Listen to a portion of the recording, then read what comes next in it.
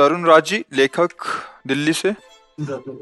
महाराज जी, मैं एक लेखक हूँ और मोटिवेशनल स्पीकर हूँ। मेरा प्रश्न किताबों से जुड़ा हुआ है। कहा जाता है अच्छी किताबें पढ़ी जानी चाहिए, तो अच्छी और बुरी किताबें कैसे तय होती हैं? क्योंकि सांसारिक ज्ञान तो सब में होता है, कोई भी किताब बुरी कैसे होती है? उसका विवेक के द्वारा निर्णय किया जा सकता है, बुद्धि के द्वारा नहीं। बुद्धि सब में है, पर विवेक जो सत्य और असत दोनों का निर्णय कर सकता है, उसका नाम विवेक होता है। जैसे एक बार हस्तमैथुन निषेध का प्रवचन हुआ हितधाम में बहुत पहले, और जब वो वीडियो इन लोगों ने डाला तो बच्चे जो पास सेवा में रहते हैं, तो उन्होंने एक वीडियो दिखाया हमको, हस्तमैथुन का प्रोत्साहन उसमें, और उसके फायदे सुन करके हमारा हृदय संतप्त हो गया। वो कोई बोल ही तो रहा था, नई पीढ़ी पर क्या प्रभाव पड़ेगा इसका? वो हम अंग्रेजी तो पढ़े नहीं है, फ्रस्ट्रेशन क्या कहते हैं, फ्रस्ट्रेशन है?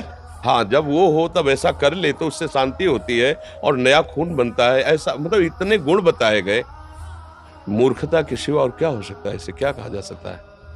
तो हमको विवेक धारण करके जो आचरण अधर्म में रत करता है, जो कानून के खिलाफ आचरण हमें करने की प्रेरणा देता है, चाहे वो व्यक्ति हो, चाहे वो ग्रंथ हो, चाहे वो पंथ हो, हमको बात स्वीकार नहीं करनी चाहिए।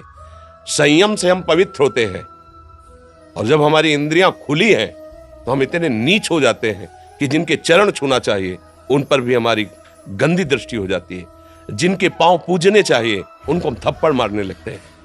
हमको ऐसे वाणी नहीं पढ़नी चाहिए, ऐसी किताबें नहीं पढ़नी चाहिए जिससे हमारे मनुष्य भाव का नाश हो जाए, दैवी भाव का नाश हो जाए, और हम राक्षसी भाव से युक्त हो जाए। है मांस खाने से ऐसा होता है, अंडा पाने से ऐसा विटामिन बढ़ता है, क्या है? तो मांस पाने से पुष्ट हो गई। आप थोड़े दिन ब्रह्मचर्य रह के देखिए, आग पैदा हो जाएगी आपके शरीर में, आपकी दृष्टि में शासन पैदा हो जाएगा। देखिए तो आप रहकर ब्रह्मचर्य, अंडा और मांस खाने से तुम्हारे पावर बढ़ेगा। भैंसे जैसा शरीर हो सकता है लेकिन तुम्हारा पावर नहीं बढ़ सकता। आप अध्यात्म में चलिए, देखिए ऊर्जा शक्ति कैसी बढ़ती है। आपको बार बार भोग करना, मैथुन करना, इससे जो आपकी हानि होगी उसको आप नहीं सोच रहे। आप 10 वर्ष ब्रह्मचर्य रहिए, फिर पत्नी में भाव करके और आरोपित कीजिए वीर, और संतान की भावना कीजिए। अगर देशभक्त और भगवत भक्त ना पैदा हो तो हमसे बताना, क्योंकि तुम्हारे ब्रह्मचर्य में पावर है जो हमें विवेकहीन बना दे, भ्रष्ट आचरण बना दे। थोड़ी सी शराब पी लीजिए, आप मस्त हो जाएंगे। हमें ये बात स्वीकार करनी है। नहीं, 1 घंटे बैठ करके माता पिता के चरण दबाइए और उनकी सेवा कीजिए, जैसे उन्होंने तुम्हारी सेवा की, तुम मस्त हो जाओगे। उनका आशीर्वाद तुम्हें उन्नति प्रदान करेगा। अगर कोई रोड में पड़ा हुआ तड़प रहा है, तुम उसे गोद में उठाओ, अस्पताल लेकर जाओ, अपने खाने के पैसे उसमें लगा दो। इसके बाद जो तुम्हें आनंद मिलेगा वो किसी भोग में आनंद नहीं मिलेगा। तो हमको विवेक के द्वारा निर्णय करना पड़ेगा कि हमारा प्रोत्साहन पढ़ने से, देखने से, सुनने से बढ़ता है। हमारी निराशा पढ़ने से, सुनने से, देखने से बढ़ती। हम कौन सा विषय पढ़ रहे हैं जो हमें प्रोत्साहन दे रहा है, अधर्म में या धर्म में? हम कौन सा विषय पढ़ रहे हैं जो हमें निराश कर रहा है, धर्म में चलने से या अधर्म में चलने से? अगर इसका ठीक निर्णय है तो वो विवेकवान पुरुष उस वाणी के लाभ को अपने जीवन में उतार कर वो महान बन सकता है। अगर नहीं तो हमने खुद उस विषय को जब सुना तो आग लग गई कि जब ऐसा प्रोत्साहन अमुक अमुक पदवी वाले लोग देंगे तो हमारे आगे की जनरेशन का होगा क्या?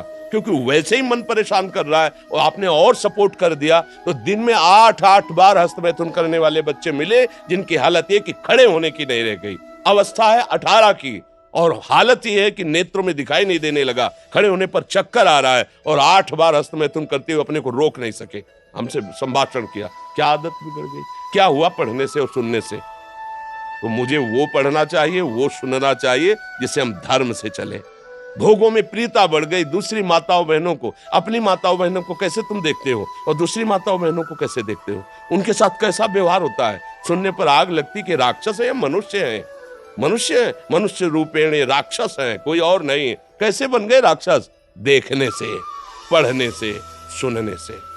ऐसी भी वाणियां हैं जिनके पढ़ने से बुद्धि भ्रष्ट हो जाएगी, ऐसे भी उपदेश हैं जिनके पढ़ने से भ्रष्ट हो जाओगे। तो विवेक की आवश्यकता है कि जिससे हमारी आत्मोन्नति हो, उत्साह वर्धन हो। निषेध नहीं करते, गृहस्थ में हो, काम संभोग की प्रक्रिया भगवान की आराधना के समान है। आप उसको एक सिस्टम जो कानून बना है, एक मर्यादा, उससे करो। आप उसे मनोरंजन मत समझो, वो जीवन घातक विषय है। अगर आप सावधान होकर के चलते हो तो आप एक महान स्थिति को प्राप्त हो जाओगे। बिल्कुल, हमें तो ये लगता है कि पढ़ना लिखना देखना सुनना बहुत सावधानी से करना चाहिए।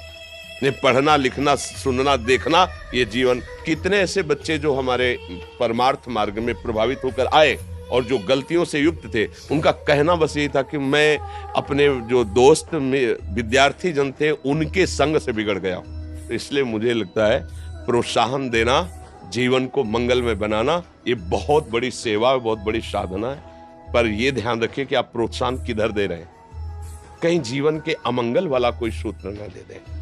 इसे मनोरंजन न समझा जाए। ये जीवन एक अमूल्य वस्तु है जिससे आप कुछ भी बन सकते हैं।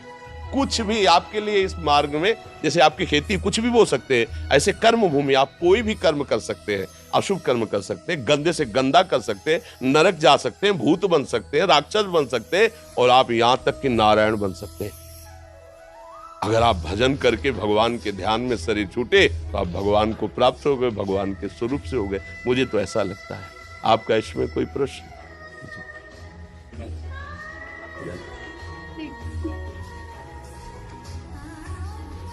ठीक है, इसे हम पढ़े क्या?